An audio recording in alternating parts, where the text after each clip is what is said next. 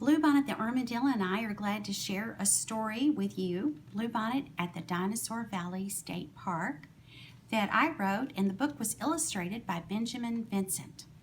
Here we go. Now, when you see Bluebonnet going into her underground home that's called a burrow, can you make your hand go down like this, just like you're going into the burrow as well? Let's try it out. Bluebonnet had traveled many miles from her home in the Texas Hill Country when she arrived in the town of Glen Rose, Texas. She was coming to see Dinosaur Valley State Park. She got closer and closer and saw that there were children playing on the steps, the rock steps of the Paluxy River.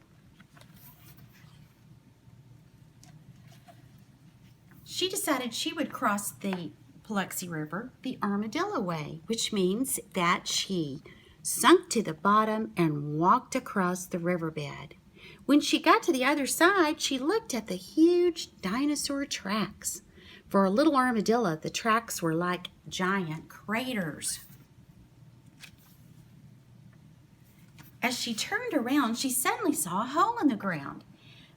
Looks like a burrow, she said. I wonder if anyone is home. She poked her head into the burrow. Hello, she called, hello. But there was only the echo of her voice. Suddenly, Bluebonnet lost her balance. She fell forward into the burrow and began to roll. She rolled, and pretty soon she realized this wasn't a burrow. She was in a deep, dark cave. She tumbled and tumbled until she hit a large rock. Ouch, she said. I sure am glad I have my shell on. She said. This is the deepest burrow I've ever been in. How am I going to get out? Just then, she saw the large rock that had stopped her begin to move. This is not a rock, she said. No, it was not a rock. Instead, she looked up to see something that looked like a giant armadillo.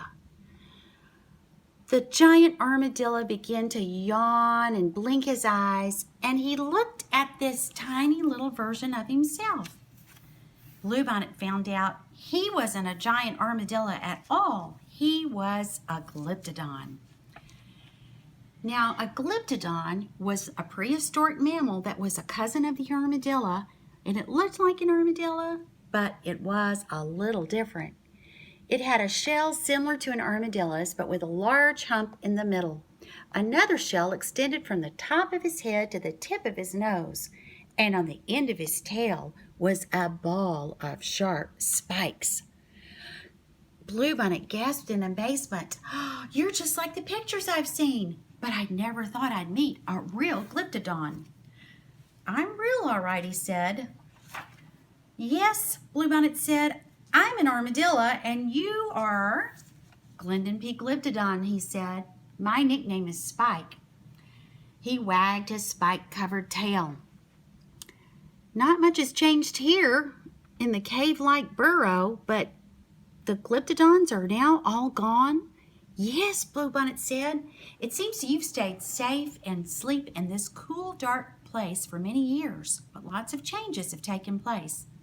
How strange to be the only glyptodon left, Spike sighed.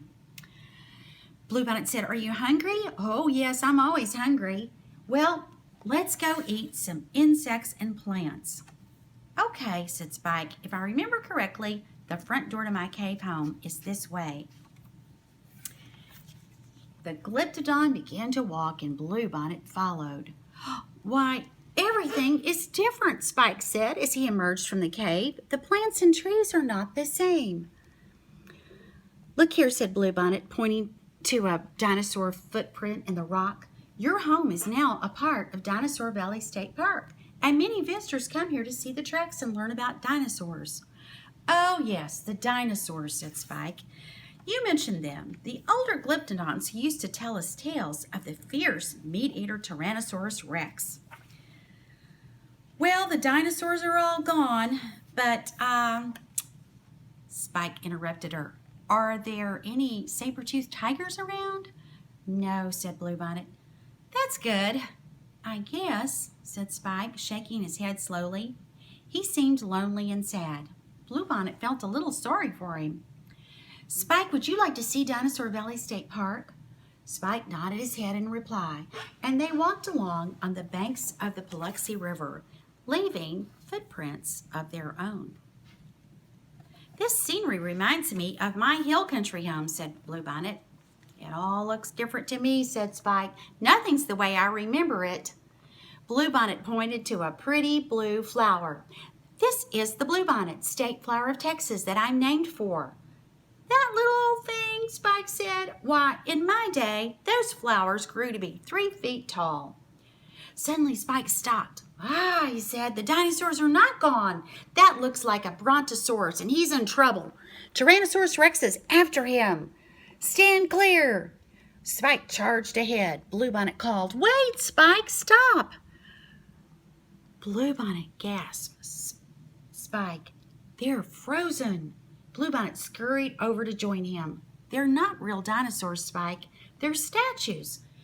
These dinosaur models appeared at the New York World's Fair dinosaur exhibit. Spike looked more confused than ever. Come on, Spike. There's more to see. Bluebonnet led Spike down a winding road. They watched as a carload of sightseers passed by. Look, a real dinosaur, cried the children in the car. Spike let out a roar and hid behind a large rock. Bluebonnet, what is that? It's as big as a woolly mammoth. The car stopped. Bluebonnet watched the excited children pointing in her direction. See the dinosaur? It's a real one. But with Spike safely hidden away, all that the parents could see was Bluebonnet. Oh, no, laughed the parents. That's not a dinosaur. That's an armadillo. The car drove away. You can come out now, Spike. It was a car with people inside of it, but it's gone now. Car? People? I've never seen anything like it, said Spike. Bluebonnet led Spike over to the picnic tables. Sometimes you can find scraps left by the people, said Bluebonnet. Here, Spike, try some watermelon. It's an armadillo favorite. Pretty tasty, said Spike. The sun was setting. Bluebonnet and Spike watched as other animals joined in the search for scraps. They're pretty different looking animals than the ones of my day. And those people creatures, are they dangerous? Can they hurt you? Some of them can, said Bluebonnet. We animals have to be careful. But then you feared the saber-toothed tiger, didn't you? Yes, said Spike, I certainly did. Well, there are other animals who were your friends. Some people are my friends too. Perhaps, said Spike, in some ways, this world is not too different from the one I knew. Bluebonnet smiled. Well, now that we've eaten, how about a cool drink of water from the river? Just as they came to the bluff overlooking the river, Bluebonnet and Spike looked down and saw many people gathered by the bank. More of those people creatures, said Spike. What are they doing? Shh, whispered Bluebonnet. She listened carefully to the voices. Now, those little prints were obviously made by an armadillo, said one voice, but these other footprints don't look like any kind I've ever seen before. And they're fresh prints, Bluebonnet heard another voice say, but they look like they should be hardened in the rock where the dinosaur tracks. You don't suppose these tracks were made by some sort of prehistoric mammal, do you? Bluebonnet watched as the people looked at one another in surprise.